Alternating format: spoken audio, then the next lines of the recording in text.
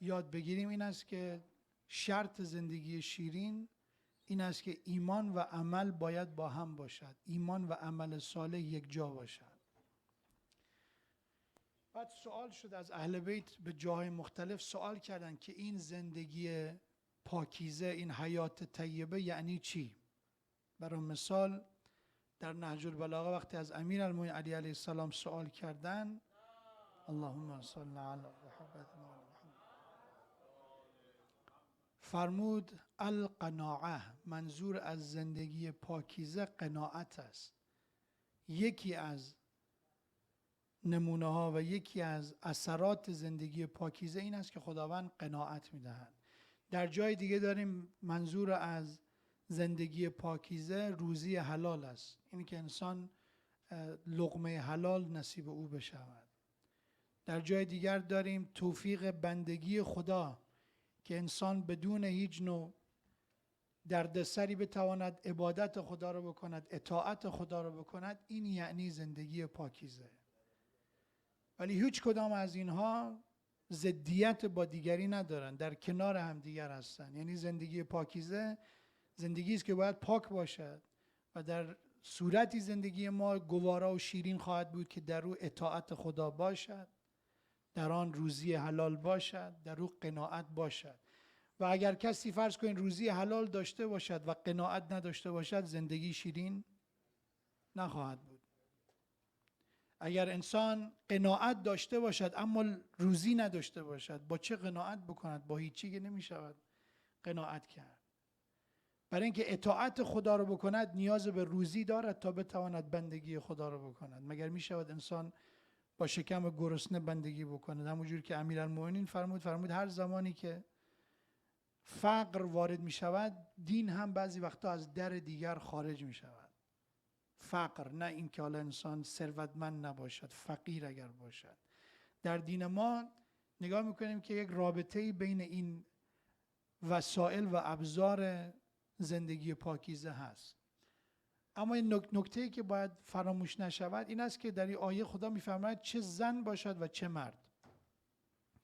من عمل صالحا من ذکر او انثی. معمولا در جای دیگر خداوند میفرماید ان الذين آمنوا و عملوا الصالحات، کسانی که ایمان دارند و کسانی که عمل صالح انجام میدهند. اینها کسانی هستند که مثلا جنت خدا یا پاداش خدا وعده داده شده است. اما اینجا به صورت خاص زن و مرد رو معرفی میکند. میفرماید اگر انسانی که عمل صالح انجام میدهد، حالا چه زن باشد و یا مرد، و مؤمن هم باشد، زندگی گوارا نصیب او می شود.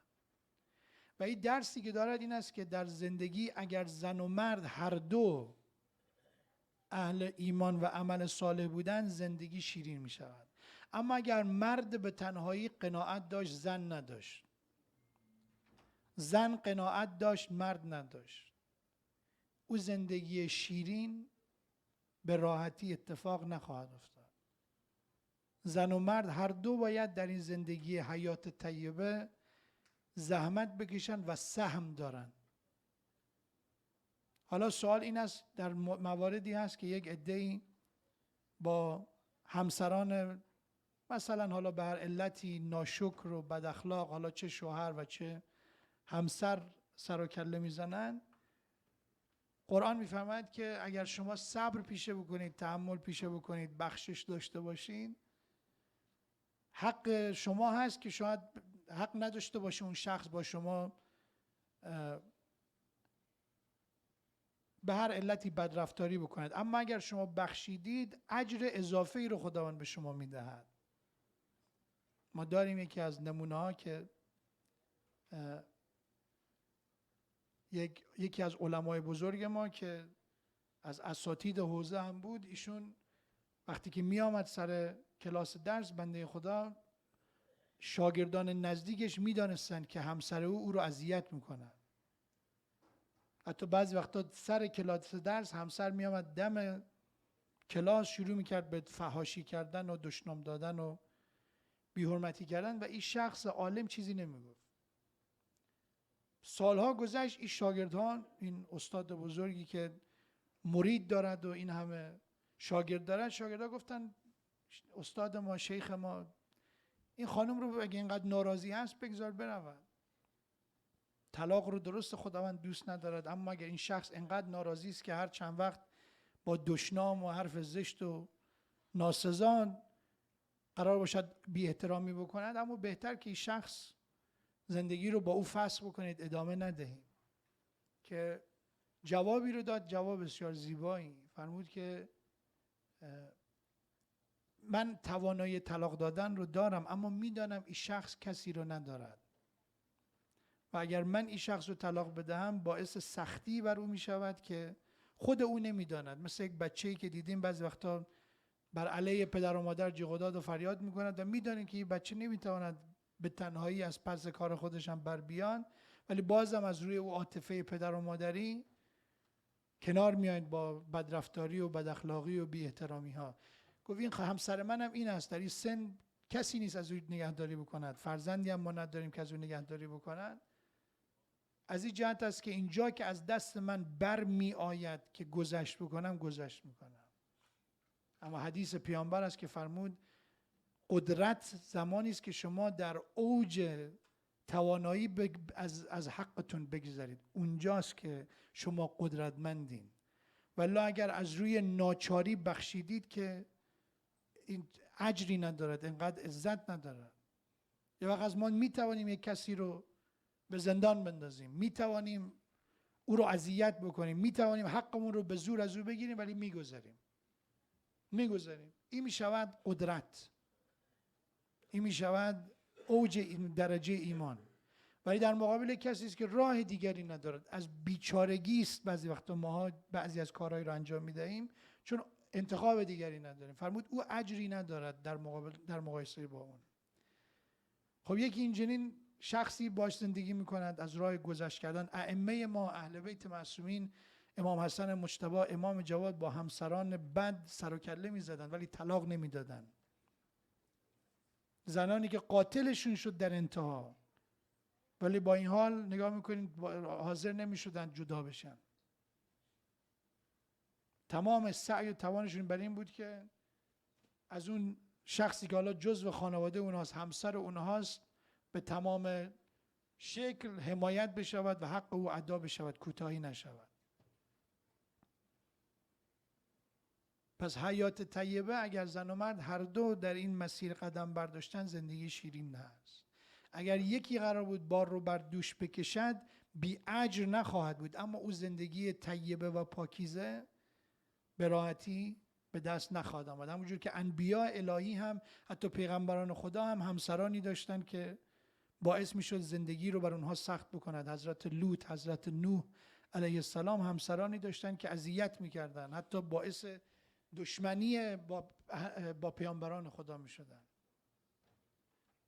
همینجور از در بقیه موارد، مثلا ما داریم یکی از روایات و احادیث فرمود یکی از کسانی که در خود روز قیامت نزد خداوند اجر خاصی دارند، حدیثی است که میفرماید مثلا شهدا هستند، اولیاء الهی هستند، کسانی که در دنیا ایثار کردن نه انفاق، یعنی از حق خود گذشتن تا دیگران رو کمک بکنن، او ایثار است.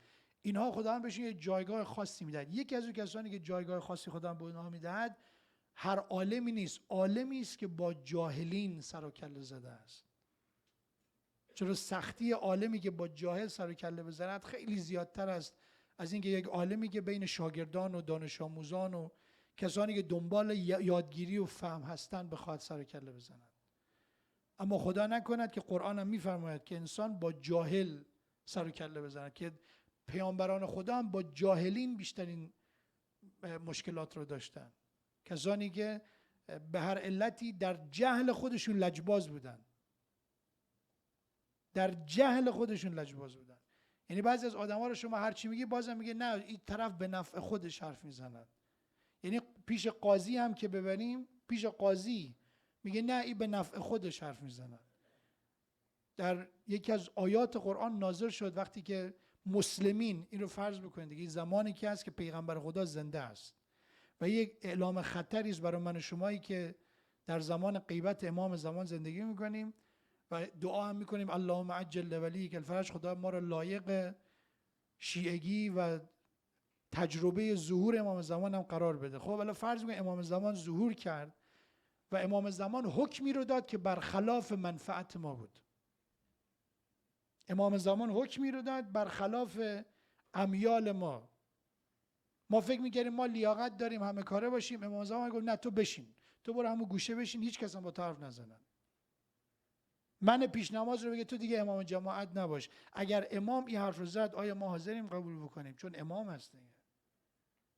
پیغمبر خدا در ماجرایی هست که از مهاجرین که مردم مکه بودن و انصار مردمی که از مدینه بودن آمدن پیش پیغمبر خدا قضاوت کند و یکی از این طرف دعوا، یکی از این دو طرف یک خویشاوندی با پیغمبر داشت. حالا پسر عموی، نوه عموی پیغمبر بود مثلا، یک قوم خویشی و از مردم مکه بود. پیغمبر خدا به هر دو طرف گوش کرد، حق رو به او کسی که حالا یک خویشاوندی دوری با او داشت به او داد. همه بلند شد که پیغمبر خدا چون این طرف از مکه بود، قوم و خویشش بود، حق رو به او داد. مسلمانی که در مدینه، یعنی سالها از اسلام گذشته است، اسلام حکومت تشکیل داده است، این مسلمین سالهاست پیغمبر رو میشناسن، جنگ احد و جنگ بدر و اینها رو به چشم دیدن، معجزات پیغمبر اینها رو دیدن، باز هم وقتی که برخلاف منفعتشون پیغمبر خدا هم حکم داد چی گفتن؟ پیغمبر خدا پارتی بازی کرد، چون برایشون حق مهم نبود. بترسیم از اینکه انسان با این چنین افرادی انسان سر و کله، این جهل است که یه جز از جهل چیز دیگری نمیتواند توضیح بدهد که تو هر چند بگویی چون منفعت یک شخص زیر سوال رفته است، او شخص سریع موضع بگیرد دشمنی بکند، حرف حق هم بزنید دشمنی بکند. قناعت در زندگی همین است که انسان اگر حرف حقی رو میشنود گوش بکند. بعضی وقتا ما هنوز حرف رو نشنیده به طرف توهین میکنیم، حرف رو نشنیده توهین میکنیم. و زندگی شیرین، من به شما رو میگم، در این زندگی ما زندگی میکنیم، هرچه ماشین و خانه و وسایل ما زیادتر بشه حتی میکنیم زندگی شیرین میشود. در حالی که زندگی که آرامش نداشته باشد، تمام خانه های بزرگ و ماشین های آنچنانی باشد ولی تمامش تلخ باشد، سر و کله زدن و دعوا کردن، اعتماد نداشتن، جر و بحث کردن، اینکه یک نفر رو ما خوش ببینیم ناراحت بشیم، این بدبختی ماست که طرف خوشحال است ما رنج میبریم که چرا این خوشحال است. حسادت در خوشحالی داشتن، اینا نشانه این است که انسان زندگی طیبه ندارد. زندگی پاکیزه این زندگی است که ما به سمتی حرکت بکنیم که از حسادت، کینه، نفرت، حق و ناحق کردن، ظلم پاک باشد. هرچی که اشتباه و بدی در زندگی ما کمتر بود، به همون اندازه زندگی گواراتر است، شیرین تر است. و هر دوی افراد دست به دست هم بدن. اگر یک طرف زحمت بکشد، او یک طرف رنج میبیند. آخه دنیایی که ما زندگی میکنیم بین جاهل و عالم چه کسی رنج میبرد؟ عالم. جاهل تمام لذت‌های دنیا مال اوست، در بیخیالی زندگی میکنن.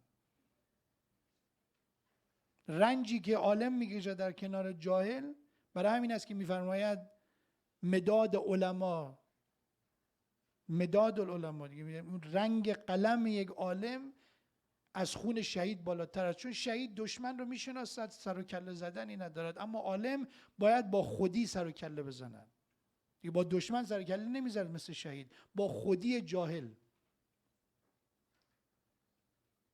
انشاءالله که خداوند متعال زندگی ما رو زندگی پاکیزه، زندگی طیبه ای که از ظلم، چه ظلم در حق یک دیگر، چه ظلم به خویشتن و خود، زندگی ما رو این چنین زندگی پاکیزه قرار بدهند.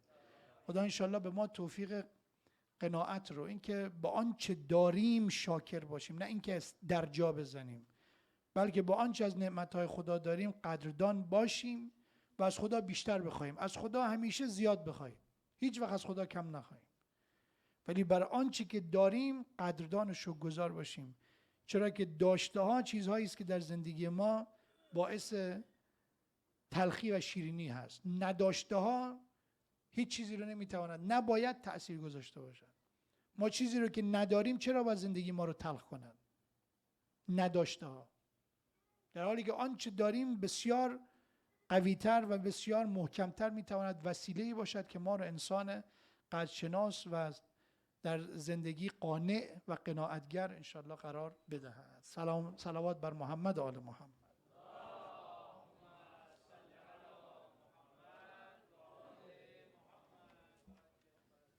So the topic we've been discussing for the last few weeks is a description of taqwa.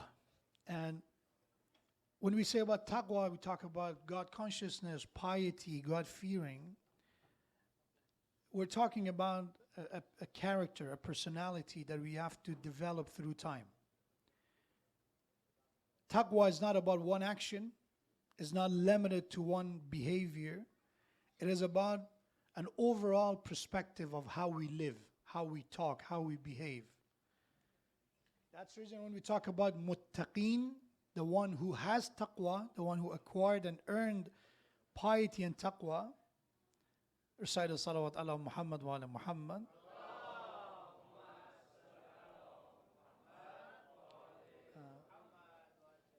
We see that they give him a list of qualities. So one of them we discussed, this was a while ago.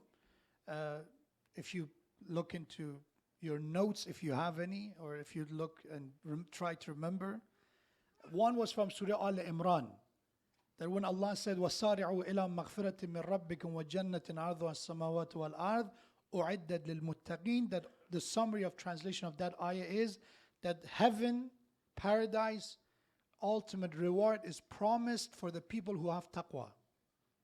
If you have taqwa and if you are pious, taqwa is the reason, is the key to heaven. And then Allah listed 5 qualities. These are already been said. I don't want to repeat them. I want to continue. There were 5 qualities mentioned after that. أُعِدَّتْ لِلْمُتَّقِينَ.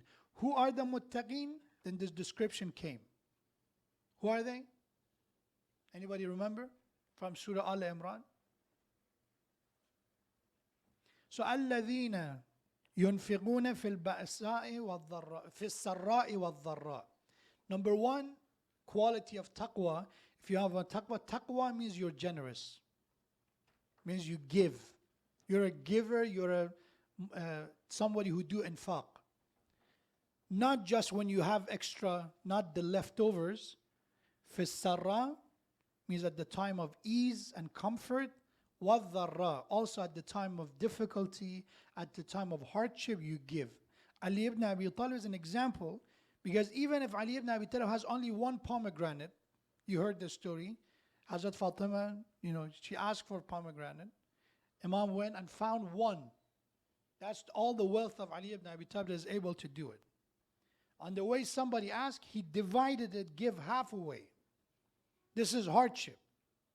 Or when Imam Ali and Fatima Zahra fasted for 3 days, when the yatim, the orphan knocked at the door, when the poor knocked at the door, when the asir knocked at the door, they shared their food with them. They gave their food to them. This is difficulty. That means there is no other food in the house except the one that I have. Not, I go through my closet, I'm not wearing this, I don't like the color. This is, basically is not on fashion, on trend anymore, right? This one has a couple of spots. This is too tight. I don't fit in this. And this is not the one we talk about. The ultimate infaq is if you give at the time of difficulty. I have $10 saving, and somebody come and you see they're in extreme need, and you give half of it to them. That is the ultimate infaq. So that's muttaqin. They're generous. They give at the time of wealth or poverty, at the time of ease or difficulty. Number 2, anger. Muttaqin, they swallow the anger. وَالْكَاظِمِينَ الْغَيْظِ. A muttaqi, a pious person, is in charge of anger. If somebody's just being controlled by the anger, they say things. And by the way, it's always about self. When we talk about muttaqeen, they don't look at other people. Okay, I'm going to tell you, you're not muttaqi, you don't have taqwa. Muttaqeen look at themselves. This is the personality of taqwa, someone who has taqwa. First, you build yourself before you want to build something else. You know, when you go to an airplane, when you have a flight, one of the first thing that the flight attendant says is that in case of emergency, you will see the oxygen mask will fall, right? And you have to wear the oxygen mask and, you know, just keep calm. And then they tell you wear your own mask before you want to help your child or anyone else. First, you have to wear the mask. Why? Because you are able to help your child if you have the oxygen. But if you use your child, you know, you help, you sacrifice, and you let them wear the mask, maybe they don't know how to help you. You're an adult. So first, help yourself. Quran has the same policy. Quran said, قُوا أَنفُسَكُمْ وَأَهْلِيكُمْ نَارًا. Protect yourselves and then your family from the punishment of Allah. So first of all, self-building. If you can't save yourself, how you can save your children or family? So a dear mother who always fight with your husband about, oh, my husband is not a good father. Look at yourself. Am I a good mother myself? Before blaming all the problems at my husband. Dear father, the one who go work hard, before blaming the mother, oh, I'm the one at work and I'm doing everything, blaming the mother for the problem of child upbringing, ask yourself, am I a good father before blaming someone else? And I promise you, Imam Ali said, if you look at yourself and try to look for your own flaws, you will not even get the chance to look at other people's flaws. If you look at yourself for aib, for something that is, you know, basically imperfections, you won't get a chance. You won't find an opportunity to look at other people. The reason we have a lot of time to always point fingers is because we already give a passing grade to ourselves. Forget about passing grade. We gave ourselves A+, right? If it's up to us, we need trophies. We need everything. وَالْكَاظِمِينَ الْغَيْظَ is about verifying it with ourselves that, okay, am I in charge of the anger? They swallow the anger. What is number 3? وَالْعَافِينَ عَنِ النَّاسِ. You forgive people. Afin, af, is that you forgive. Sometimes some people, they don't let things go. He dared to talk to me like that? Who let him to talk to me like that? He called me a thief. He called me this. And unfortunately, in our culture also, it backfires. When you forgive people, ultimately forgiveness is about power. When you forgive people, it is not a sign of weakness. But some people misunderstand that. They think if somebody forgive, it means they don't know. We can do whatever we want. We can disrespect them. We can do whatever we want. They don't know. They're stupid. They're fools. They don't know. When in reality, a lot of people exactly know what's happening behind their back. They exactly know what you're doing to them, but they decide consciously to forgive you. That's it. They let it go. It's not because of their weakness. It's the power that they have, that they don't let your mistake control their life. وَالْعَافِينَ عَنِ النَّاسِ. That's a taqwa. If you forgive. Forgiving. You cannot hold grudges forever. But sometimes when you forgive people, they misunderstand it. They have to be taught a lesson. That, okay, I let it go once, twice.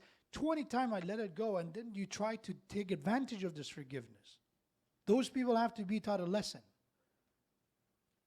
Those people have to be reminded that my forgiveness is not out of being desperate. It's a choice that I make to forgive you. وَالْعَافِينَ عَنِ النَّاسِ.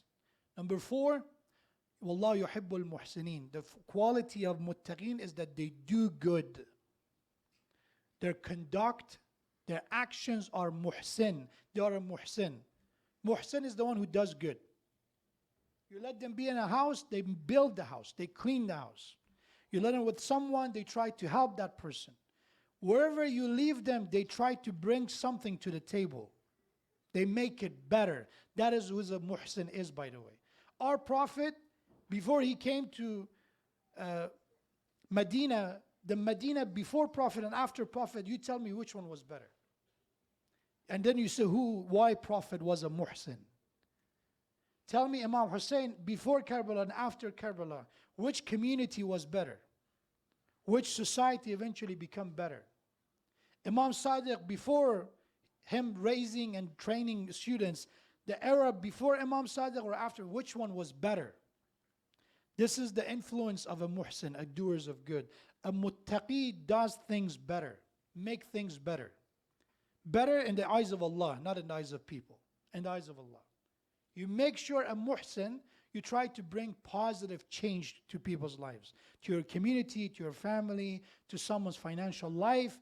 May Allah bless Marhum said, Ali is somebody who cares for people. You have a problem, I'm here to solve your problem. That's in personality. You have a problem, I help you. The issue is, وَيَمْنَعُونَ الْمَعُونَ. Quran says, sometimes people are not generous, right? They're not generous themselves, and they stop other people from generosity too. Let's say you want to give a tip to somebody who's working hard. They brought you something, they delivered something. You want to give them a $5 tip. You know, you look at their lives, you see how it's difficult for them to maintain their life. They're minimum paid, right? They don't get that much money. And they count on the money to get a tip. No, let's do something that he doesn't get that tip. I'm not giving a tip, it's about the principle of it, right? You see the people who don't give tip? It's not about, the $5 is not important to me. It's about the principle of it. It's not. It's about being stingy. That person with that $5, you're not going to make him rich. You're not going to make him miserable. But you shows that you're not even let go of small things. And there are people who don't give a tip, and if somebody else give a tip, they stop them. No, you shouldn't do it. You should not be the one. I don't spend, for some reason, I don't have a good relationship with my children. I stop people from having a good relationship with the children. No, don't stop wasting your time with your children. They betray you, they let you go. If you don't have a good relationship, why you stop other people? وَيَمْنَعُونَ الْمَعُونَ. If somebody wants to be generous, don't stop them from being generous. Muhsin is that kind of person. That is the fourth quality of muttaqin. Wallahu yuhibbul muhsinin. A muttaqi is proactive. If I want to give a hint, and make it in a modern terminology, someone who have taqwa is proactive. They always look somehow, some way to do something. They're not what we consider to be still, idle. There are some people, they're literally like computers. When you don't use them for a while, what happened?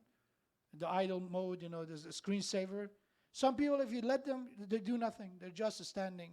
Their presence or absence makes no difference. But a muttaqin brings positive change. They do something.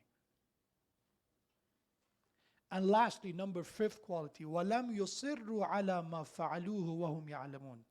The fifth quality of muttaqin is if they have mistakes, if they slip, if there is a moment of weakness that they commit a sin, وَلَمْ يُصِرُّوا. They don't repeat it over and over.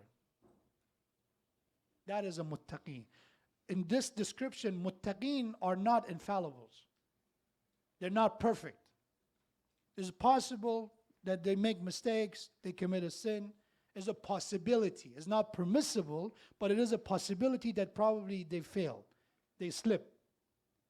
But Quran says a muttaqi, the difference between a sinner and a person who have taqwa, is a sinner when they commit a sin, I commit a sin, astaghfirullah, and tomorrow they're again, and the day after, and after. But the one who have taqwa, if they commit a sin today, they say, Allah forgive me, and for a while they don't go back to it until there's another one of weakness. Israr, when you insist on something. Walam yusirru means a person who have taqwa does not insist on committing the same mistakes over and over again. Wahum ya'lamun, especially when they know what they're doing is wrong. Sometimes people for some reason, as a moment of weakness, and they become an addict. It's a moment of weakness, bad influence, bad, peer pressure, whatever it is, they start being an addict. And then they quit. After that, going back again and again and again, it shows that that person really is not serious about this idea of I want to stay away from this. Especially if you take them to rehab and the next day after rehab they're done, they're going to go back to it. In sin, in a spiritual addiction is the same concept. When we are spiritually addicted to the same sin, I'm missing my morning prayers every day. Every day. I'm lying every day. Every day again. This is not a regular sinner. It's not that once in a while you slip. This is israr. This is insisting on repeating the same mistake. And that means the taqwa is not there. It means the God consciousness is not with you. We are shaitan conscious. That's what we are. We become ego conscious, desire conscious. That I'm dictated, I'm following whatever I desire. And to change, to make a positive change, use the other four. The other four we mentioned. Infaq, anger control management, anger management, right? When it comes to forgiveness. May Allah inshallah give us the tawfiq to remember these 5 important principles of taqwa in Quran. That if we acquire these 5 qualities, if we implement them in our daily lives, if we don't give ourselves an easy path when it comes to our sins, it will stop us from repeating the same mistake on a short intervals. If you're repeating it every day, it means I'm not serious about the repentance. It means I didn't truly repent it. Because even if somebody, let's say, when they regret, they apologize, you don't see them the next day they do the same mistake. It takes them a while to relapse. And for somebody said, Ya Allah, forgive me, astaghfirullah rabbi wa atubu ilayh. Right? To say that. But at the same time, we're planning the next sin. At the same time. Imam Rida said, such person is making fun of themselves. It's ridiculous that you're doing istighfar, but you're not planning to quit. You're saying, I want to go to a rehab, but usually the first thing an addict said, let me just drink last glass, right? Let me have this last, whatever the word that they use, right? I don't know, what is it? The last usage of drug is always the last one, but it's the one that is coming on every daily basis. May Allah inshallah give us the tawfiq to be one of the muttaqeen, to be one of those who are God conscious, that if we have taqwa, we will find the meaning of life. If our judgment is clouded, if we're not able to see the truth and haqq, with taqwa, we will have that vision. With taqwa, we will be able to see the truth and be fair and be on the right side. But if we are with our desires and our nafs and our shahawat, our judgment will never be clear. And we will never find the truth. Never. Why? Because the Quran said, أُولَٰئِكَ أَوْلِيَاءُ الشَّيْطَانِ or أَوْلِيَاءُ الشَّيَاطِينِ. They are the friends of shaitan. They are acquaintance, they're the buddies with shaitan. May Allah inshallah protect us from that and give us the tawfiq to be one of the muhsineen, inshallah. Wassalamu alaikum wa rahmatullahi wa barakatuh.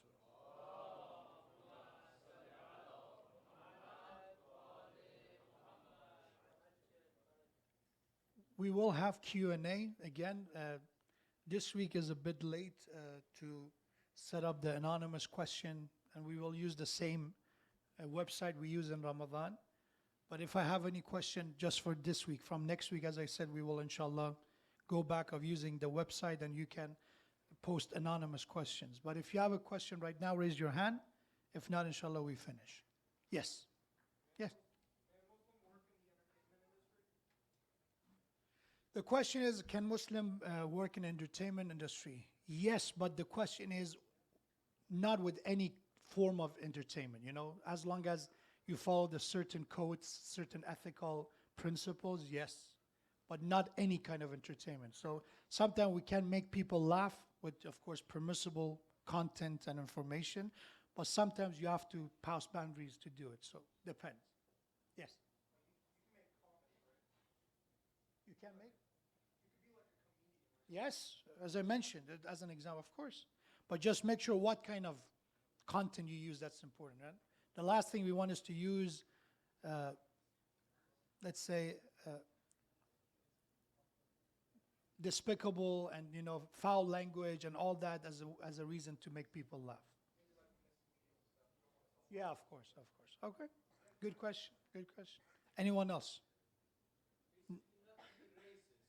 Yeah, stay away from all the wrong, racism, probably disrespecting other people, because sometimes there are so many different type of comedies out there. Sometimes a comedian, all it does is make fun of people.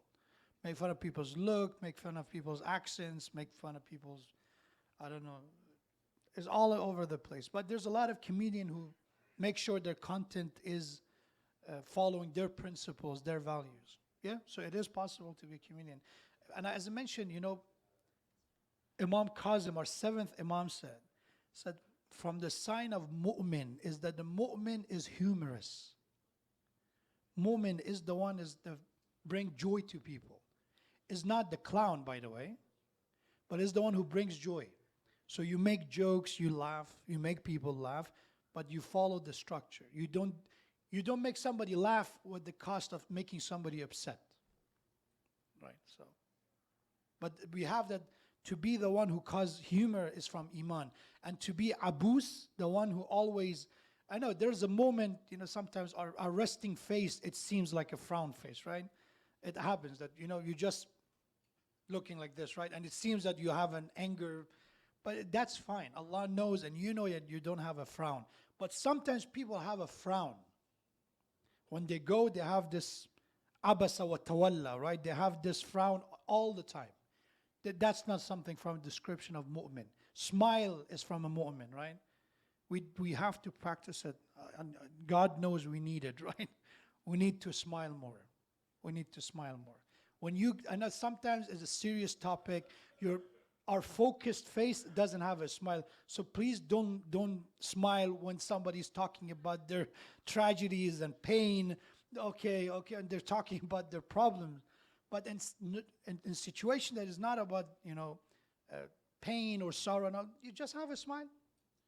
Assalamu. And that's the reason some people, they did not do it for a long time. What happens if you smile, they say, what's wrong? Why you're smiling? They're not used to it. So, any other question? I think you get used to the anonymous style of questions. Yes? Okay. Yes, your hand? Okay. No. I'm hearing voices. I have to be more careful. So, just one thing, because Hajj is coming, I will post a book in English on our website about the spirit of Hajj, about the experience of Hajj. Means even if you're not going to Hajj, because it's a good time to at least be in the spirit of Hajj and pilgrimage, read that book. I'll post it online as a PDF. It will be on the Masjid الرسول.com. It's a good book. So read it, and then maybe next week after you reading a book, you have some suggestions, some comments, and maybe even if you want to talk about that book, read part of it at least. It's not that long, but I'm encouraging you to come and, our brother Farzad asked him, I want to talk for 5 minutes about what I understood from this book, share it with people. So I would suggest, inshallah, read it. It's a good book. I'm going to keep it in mystery to, kind of have a reason to motivate you to go and look it up. So it will be a good book. It's in English. I'll do it I'll post in English and Farsi. I'll try to find an Urdu too. So because I don't think there's Arabic is, I'm pretty sure there's an Arabic version. I'll try to post in any language that I can find so people can use it. So there is no excuse to say, it wasn't in English. So it will be in English. You can use any language you're comfortable with. So read that. Yes. Okay. So if you are planning to register, and by the way, it's August. I think somebody thought it was in July. It's not July. So next week we will have program. This is in August. So If you need help to register, Brother Saeed kindly offered to help. So Brother Saeed Razak, you can talk to him. Or also even Brother Dr. Muhammad Hussein also can offer. He's Muhammad Abbas and Muhammad Hussein. I asked him once which one to say, but I go with Muhammad Hussein if it's okay with you. So Dr. Muhammad Hussein, inshallah, he's also, if he's here, he will be also helping. And the sister side, Sister Amina also will be helping those who are in need. She is one of the people that organized, it was a group of people organized, but she's one of the main organizers of the family camp. So I hope nobody have a reason to not participate. People talk to me about the cost. I looked at Sabah camp, and their cost is much higher. I look at their camp. So it's not that expensive compared with other camps. Sabah and North Cal, I've seen that people 2 to 4 bedroom, 2 to 4 people for one cabin, it costs around 600. So I don't think it's that expensive. But if financially you have a problem, it's including the cabin cost, it's including the food and all that. It includes all the amenities that we have. And also, alhamdulillah, we will have a lot of activities and also religious. Imagine that you have fun and then there's Jama'at Namaz. And then there's fun and you can have a dinner with all the people that you've been meeting. It will be, inshallah, a good experience. Nature, bring a lot of peace. But if somebody needs financial help, talk to us privately. If there is somebody in need of financial help, we make sure they will be helped. I know some people will be difficult, but for people that is acceptable, please go ahead and get help. Yes. They said there are some family cabins left. Yes. They don't have tents, but they have men separate, women separate cabins. Yeah. So the one that they are basically limited are family cabins, that they are basically, if a family wants to have their own cabin. But if you don't have young children, I encourage you to do that. The last thing you need is to go to a room and you could sit down in your own house and, see each other. It's about community. So if you don't have young children, it's a perfect idea. There are cabins that there will be young girls together. They could, have a good friendship and hang out, and mothers can hang out with each other. There's a lot of good time. If you want to just hang out with your family only, this is not for you. I'm telling you, this is not for you. Probably you can, go camping in your own time and your own place. But if you want to push yourself to be part of the community, if you did not enjoy being in a camp with other people, this is the time to try it. And I think because we live in America, we get used to just too much personal space. We just hang out with ourselves and ourselves only. Yes, sometimes the family understand, but to do it all the time is not healthy. It's not healthy. You need sometimes to go out of your comfort zone, talk to other people. It teaches you how to behave, right? Because if you only know your family are okay with some of your bad akhlaq, they tolerate you. But if you go in the bigger picture, there are 20 people in the same cabin, and if you have akhlaq that they are not okay with it, you eventually learn, okay, probably, if 19 people complaining about it, my poor wife was telling me, for example, that you were snoring, and I said, no, it's not me, it's you, right? But you go there and 19 people said, oh no, you are snoring, go doctor, get some help. Then probably, I'm joking, If you're snoring, get some help, by the way. Especially if it's, chronic, it's not good for your health. But I think you get my point. It is a good time to be, and don't go, and if your intention is, let me go that they learn something from me. If that's your intention, please, again, reconsider. Probably you will not be able to maintain your expectation. People are over there to, have some entertainment and have halal fun and halal gathering. But so let me go and just, a good form of community building. And for years, we've been doing it with the children. We did junior camp, we did youth camp. And this is a family one. And I think this is one of the most important one. Inshallah, if we all go, and please, it's not a 5-star hotel or resort. It's a cabin. Don't go for that expectation. It's like, not this time. 10 years ago we went, maybe less. I went to Karbala, and there were people who were saying, oh, the hotel is this, it's too small, too big, or the weather is too hot. And I said, brother, this is not Hawaii, this is Karbala. What do you expect? If you wanted that kind of weather, you should go to a different, this is, ziyarah. So this is that we're going, it's nature, but it's California nature, right? You're not going to Yosemite. It's not Yosemite, it is San Bernardino, and it's yes. I know the camp name isn't on there, it's Pilgrim Pines Camp. Okay. So just in case some people were curious about Okay. what camp it is. So if you want to look it up, yeah. Pilgrim Pines. Pilgrim Pines. And I think it's around 2 hours drive, right, from here. So it's not that far away, it's 2 hours drive. But it is good. The reason you come together is to leave your house, right? Leave your house. Make sure, when you're leaving your house, you plan ahead to make sure don't hit the traffic. It's Friday and all that. But once you get there, it's about not being connected. I hope there's no signal over there. I hope. I'm pretty sure it's Some. Okay, if you have a T-Mobile, definitely you won't have signal.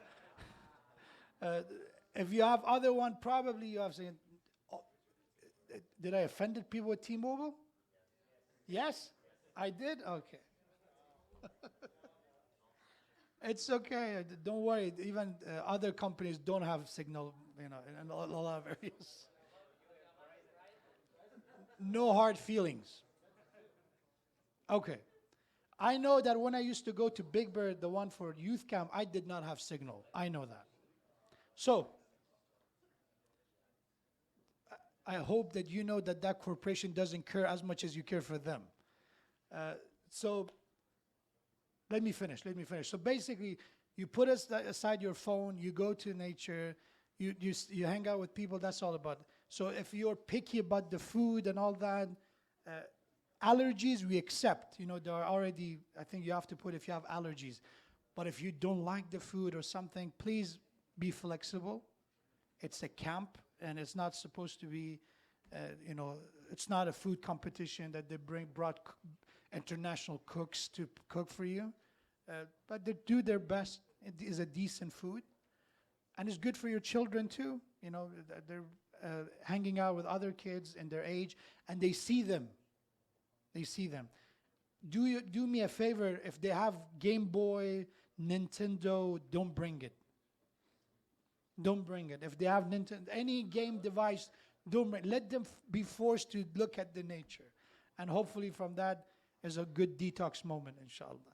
Let's finish. وَعَجِّلَ اللَّهُمَّ فِي فَرَجِ مَوْلَانَ صَاحِبَ الْعَصْرِ وَالزَّمَانِ.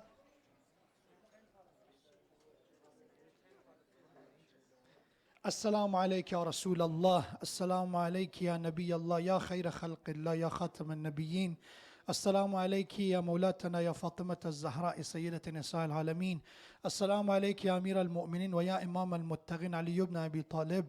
السلام عليكم أيها الحسن والحسين سبطي نبي الرحمة والسيدة شباب أهل الجنة. السلام عليك يا علي بن الحسين زين العابدين. السلام على محمد بن علي الباقر. السلام على جعفر بن محمد الصادق. السلام على موسى بن جعفر الكاظم. السلام على علي بن موسى الرضا. السلام على محمد بن علي التقي الجواد. السلام على علي بن محمد الهادي النقي. السلام على حسن بن علي العسكري الزكي. السلام عليك يا صاحب الزمان، يا خليفة الرحمن، يا إمام الإنس والجان. عجل الله تعالى فرجك وسهل الله تعالى مخرجك وظهورك. السلام عليكم يا أهل بيت النبوة ورحمة الله وبركاته. أعوذ بالله من الشيطان الرجيم. بسم الله الرحمن الرحيم. إنا أعطيناك الكوثر فصل لربك وانحر إن شانئك هو الأبتر. صدق الله العلي العظيم. For the soul of all marhumin, especially Marhum Sayyid Ali Shah. Inshallah, we'll keep every week, we keep remembering him till inshallah his 40th at least. For all marhumin, especially Marhum Sayyid Ali Shah, recite Surah Fatiha with the salawat ala Muhammad wa ali Muhammad.